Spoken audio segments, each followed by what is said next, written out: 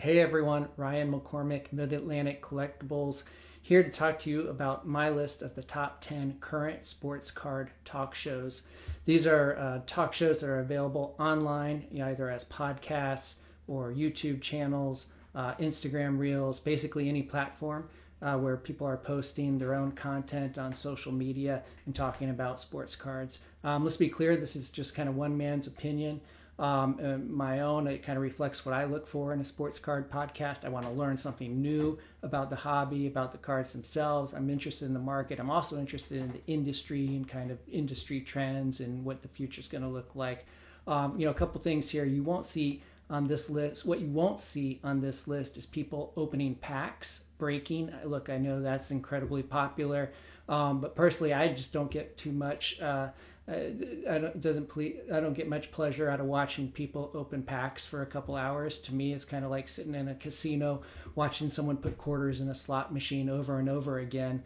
If I want to watch people gamble, I'll at least watch a game where there's some skill involved, like poker or even blackjack. So I know there's a lot of people tuning in to the breakers, and that's great if that's your thing. That's just not. It doesn't happen to be what I'm into. You're also not going to see in this kind of people that just kind of make the rounds in card shows. I know that's another kind of popular way that people are posting on social media. One of the most popular I know of is like Card Collector 2. He's got, I think, like 53,000 subscribers on YouTube. Seems like a really great guy.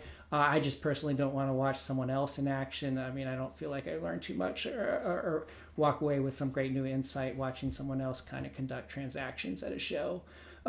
First, let me just say, anyone who does these kinds of things on a regular basis, whether I like the material or not, it really deserves a tremendous amount of credit. They're putting themselves out there. That's obviously they're exposing themselves to a lot of feedback online that can go both ways. I think they're performing a service. They're giving us a lot of information on their own, and they deserve a lot of credit for that. All right, so here we go. Let's jump right in to our list. First, I had an honorable mention because I couldn't quite cut this back down to just 10. And my honorable mention goes to the sports card therapist, Rob Girard. This is a guy that's got, so I consume these mostly on YouTube, so I'm going to kind of share the numbers they have on YouTube. He's got about 1,500 subscribers. He's done 100 shows in the last year. He's actually a licensed psychotherapist. Kind of takes you through his journey and evolution in the hobby, which has been really kind of deepening over time. He's a collector, also does some dealing. Gets great guests, lots of big hobby insiders, kind of also super collectors in their story. It does move a little bit slowly, so this is one of the ones. There's just a couple on this list where I'll actually play it back at a slightly faster speed to kind of keep things moving. Otherwise, I find it can get a little slow. All right, so getting into our top 10 now. Number 10, the Comeback Card Investor. Okay, so this is a sports card talk show from LA-based Bradley Jarryd. I think you pronounce his last name Jarryd. It's very popular, 20,000 subscribers. He's an interesting person. He's a model and a financial coach who got back into the hobby in 2020. He really bought into the kind of Gary V hype. I think he admits that himself. A lot of the focus is on his own personal situation, social life, dating, fitness, etc. That's largely unrelated to sports cards. I mean, he's a nice guy. Talks a lot about the future, talks about his own investing mistakes with sports cards. It's really kind of his focus is largely on modern cards. I guess my issue why I went to place him higher up on the list is, I can tell you I could pop this in and start listening to it on my commute to work. It's about a 25-minute commute, and I could go all the way from home to the office and not have, he won't even have started yet his sports card discussion. There really is kind of like a lot of unrelated banter in here, and it takes a while before he actually gets into the subject if you're there to kind of learn something about the hobby. But what I do like, I haven't dove all the way into this, but he started a community called Card Life for hobby entrepreneurs to support them in kind of all aspects of their lives, which I think is really admirable. They hold Zooms, which is kind of cool because it puts everyone on the screen and gets everyone involved. You're not just kind of watching and taking it in, you're also participating. I think that's a really cool idea. I'm not sure how it's working out. I may check it out, and that's kind of something on my short list of things to do. Certainly, maybe sometime after we get past this upcoming national convention. Okay, number 9, Bench Clear Media. This is a sports talk show. The main person is Mike Moynihan. He's sometimes joined by Andy Davis. They've got about 13,500 subscribers on YouTube. This is really a vintage-focused group. They spend a lot of time talking vintage from a collector standpoint. They have quite a few guests, a lot of banter. Again, this is another one that kind of moves a little bit slow. It is one of those shows where I'll actually play it back at a slightly faster rate. But he's got some great episodes. I really enjoyed kind of the creation, his discussion about creating the Vintage 100 Index, what it shows. He also just has a passion for older cards and spends a lot of time just talking about kind of the nostalgia, the design, the aspects of cards from like the 70s and 60s, which I relate to a lot. I think it's very cool. Okay, number 8, Sports Card Dad. This is Dustin Cooley. He's got about 16,000 subscribers. Used to be called the Personal Finance Dad. He's very professional videos. He does a lot of editing. They're short. They're generally shorter than 10 minutes. Very efficient. He's got a finance background. Really some interesting insights. He did a show recently that I thought was very cool on whales in the card collectibles hot market and how they're kind of affecting the overall marketplace, which I think is probably very true. A lot of times he just kind of talks about the cards themselves. He's really pushing out the material and the content. He's done over 800 episodes, and again, they're quite short, so it's kind of a good way to get a quick fix of sports card talk. Number 7, Dr. James Beckett's Card Insights. Not a lot of YouTube subscribers here, under 1,000, but it's actually outtakes from his Apple podcast. I'm not sure how many people he's got on there, but maybe as you would expect, lots of history. This is a person who's very responsible for much of the hobby's development, created the Beckett baseball card price guide. Obviously now the Beckett grading companies has really long and storied history in the hobby. It has and still has a lot of incredible passion for it on the collecting side. Posts very regularly, at least a few times a week. They're usually shorter than 15 minutes. He did an episode that was kind of interesting recently on creating a code of ethics for the hobby. Another one on marketing cards to kids with one of the Panini directors. He gets great industry guests. He cuts out some of the kind of panel discussions he's been on and posts those. So I definitely recommend, particularly anyone with an interest in kind of historical vintage stuff, making sure you listen to Dr. Beckett.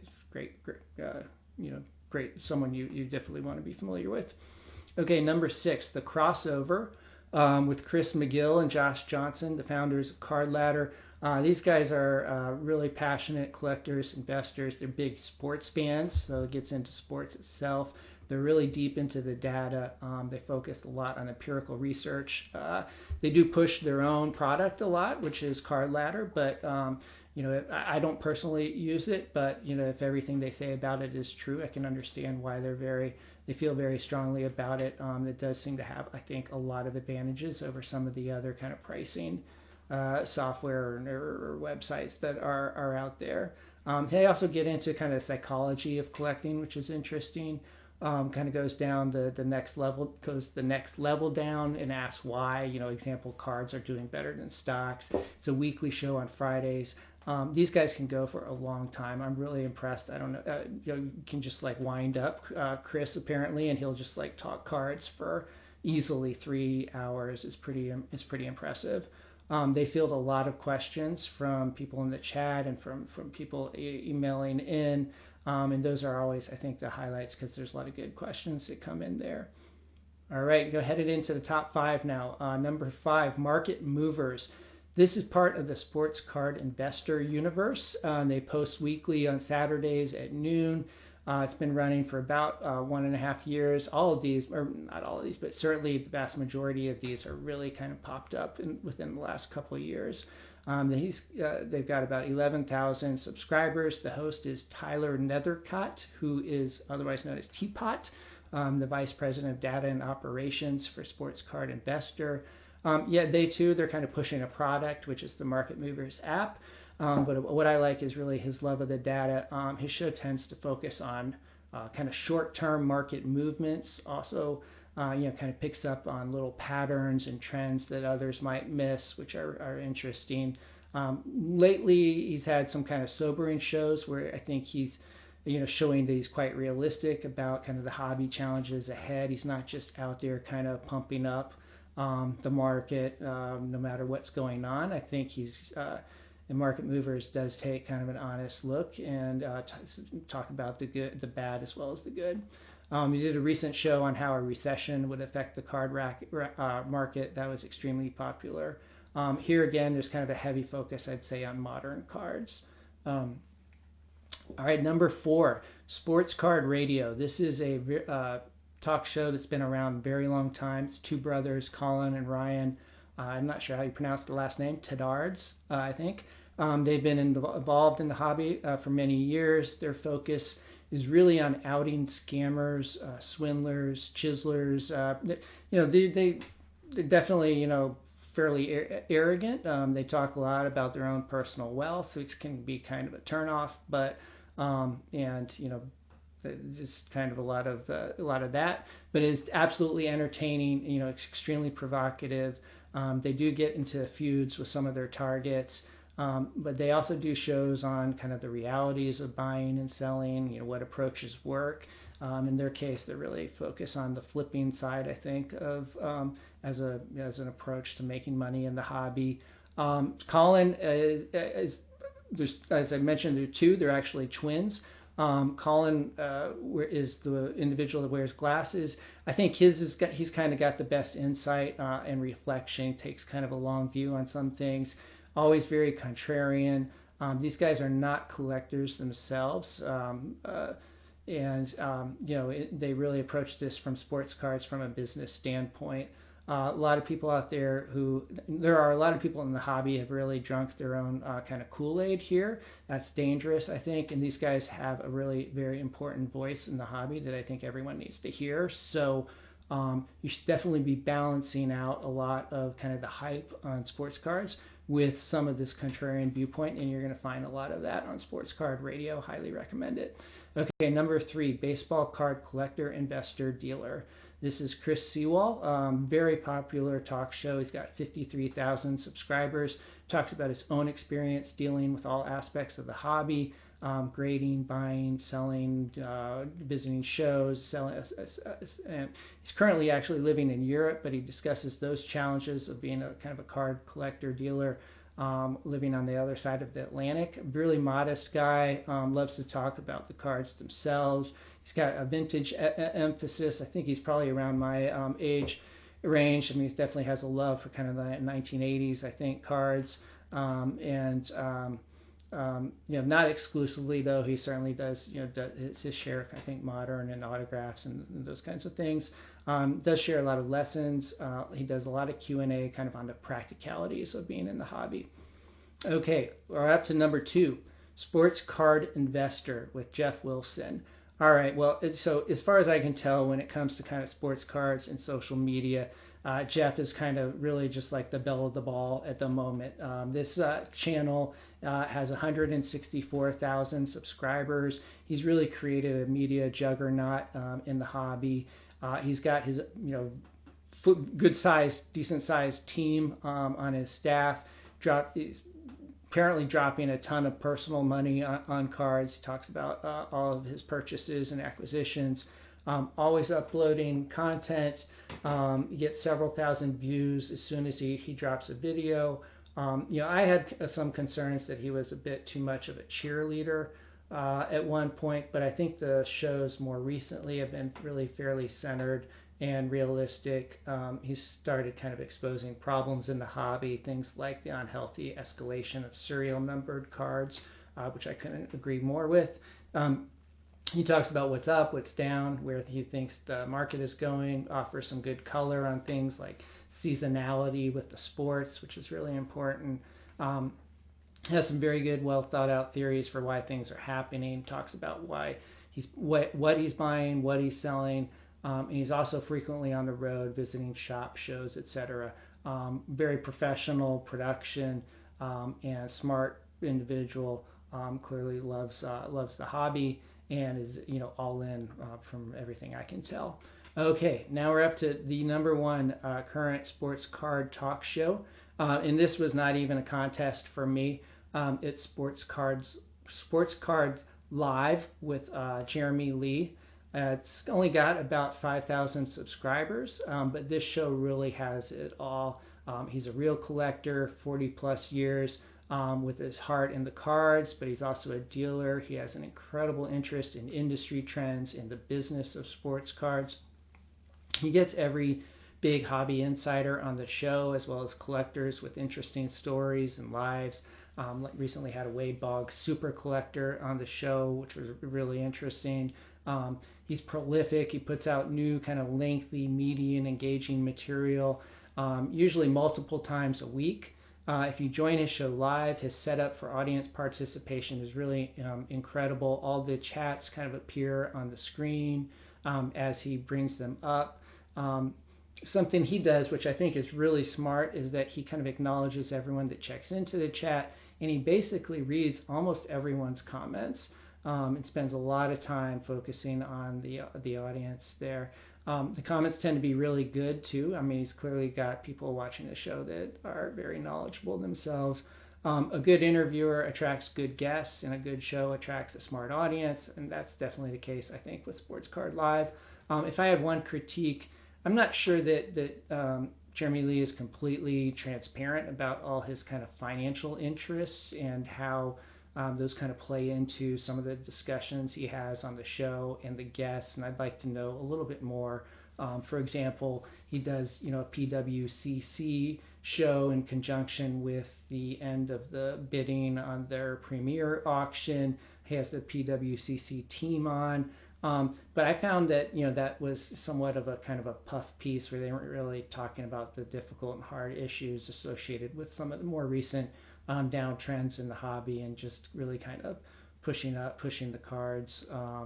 So that's a very minor issue overall. It's a phenomenal talk show. He's got a bunch of different kind of directions it veers off into. His after hours show, his Sports Card Live, and like a lot of these guys, he'll break out kind of clips and post those as well.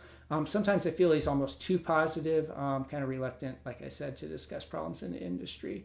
But those are really minor issues. It's, in my opinion, I mean, it's the place I'm going to go to always first when I'm looking for, a fix of sports card talk. So there you go. Myself, I started collecting in the early 1980s. I think I got my first pack of cards as a 7-year-old, 1981 tops. Collected through the 1980s, kind of dropped out of the hobby around the time towards the end of high school and beginning of college. Got back in. Really, I actually stumbled. I was in Baltimore one day. I live down in the Washington, D.C. area. I actually stumbled on the Baltimore on the national convention in 2010 when it was in Baltimore, and that kind of like pulled me back into the hobby. I have been a big fan of it ever since, and I've just more recently started diving into this social media stuff. I'm still trying to kind of navigate and find my way around there, but it's really interesting. And I'll be headed up in just a couple days to it will be my 8th National Sports Collectors Convention. Really excited about that, and hope we bring it back to Baltimore at some point. So thanks you all for joining. Hope this was useful information. There's a lot of content out there which quite frankly is garbage, and I've tried to kind of curate some of that, suggest 10 sports card talk shows that I think you may find you'll be able to learn quite a bit from and get some useful information out of. Let me know your thoughts in the comments. Would welcome your input. Also, be doing more of these types of videos, so hit the subscribe button, and I look forward to seeing you or talking to you soon. Thanks a lot. Bye-bye.